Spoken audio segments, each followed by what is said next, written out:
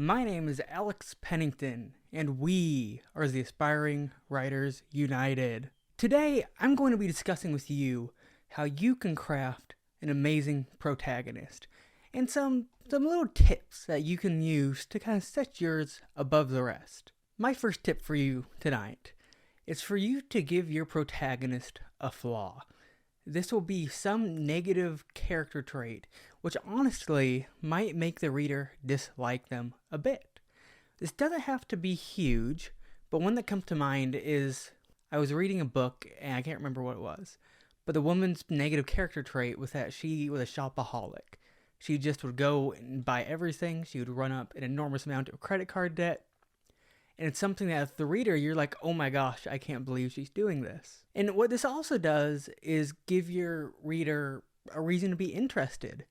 Flaws are much more interesting than talents.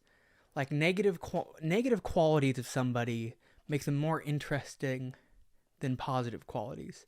And I think a great example of this is serial killers. Humongous negative qualities.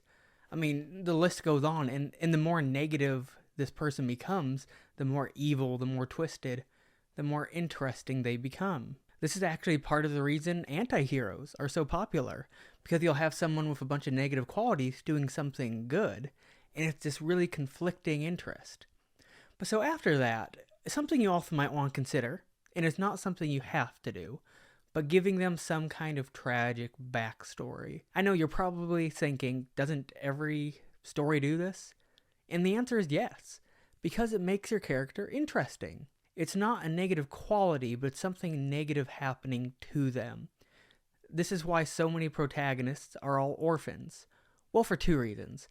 The first is that with the parents removed, it's much easier to introduce a mentor character later. But also, it usually puts them in some kind of negative environment.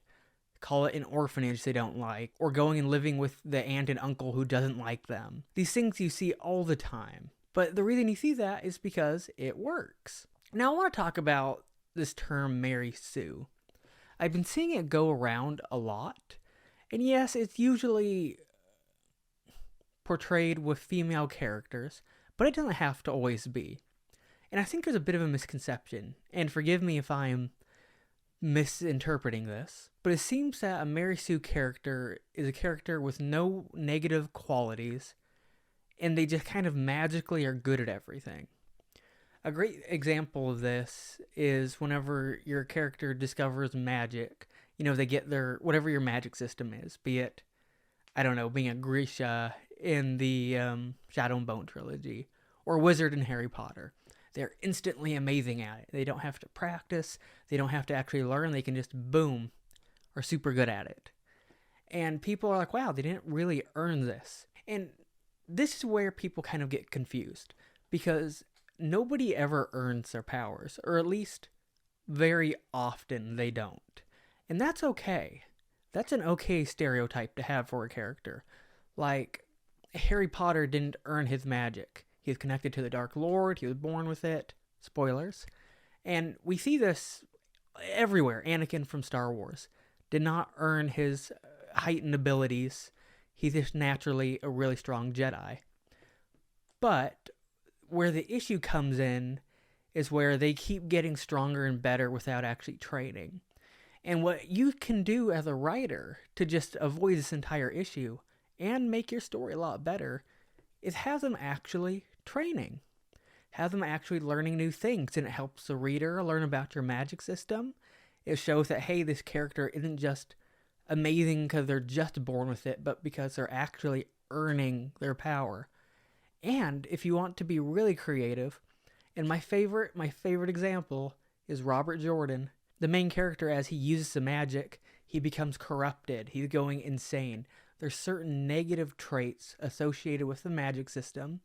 So you see the character growing, but their mental state deteriorating. So it's like the more they use the magic system, the more their negative qualities come out, which makes them more interesting. And so what you need to focus on as a writer is making sure that you are not crafting perfect characters, unless your intention is for this seemingly perfect character to be a villain or there to be some super negative thing to balance it out. Good characters are rarely interesting.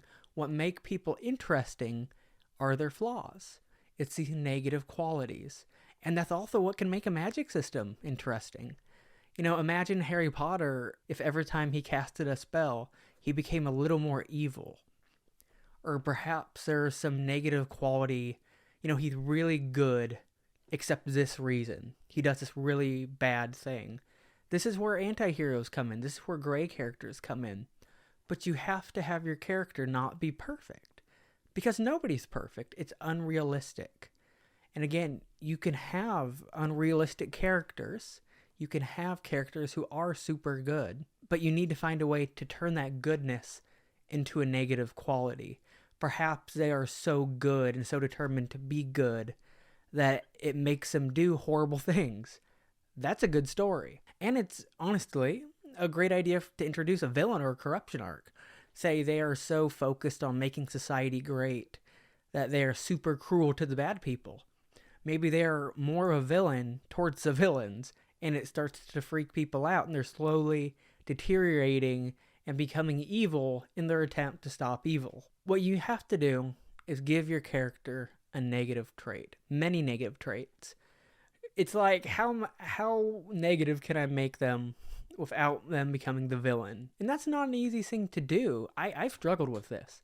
It is not easy to give your character negative traits. But if you can really hone in on this, you can write an amazing character.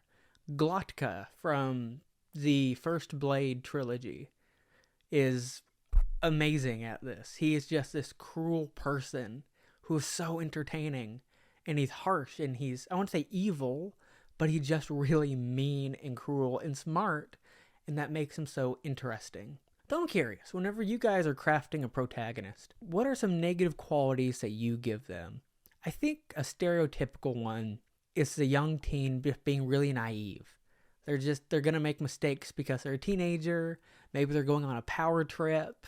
And that's okay. Those are good, but they're used quite often. So what are some interesting negative qualities that you give your characters? Please comment below. And if you haven't already, hit that subscribe button. Thank you so much.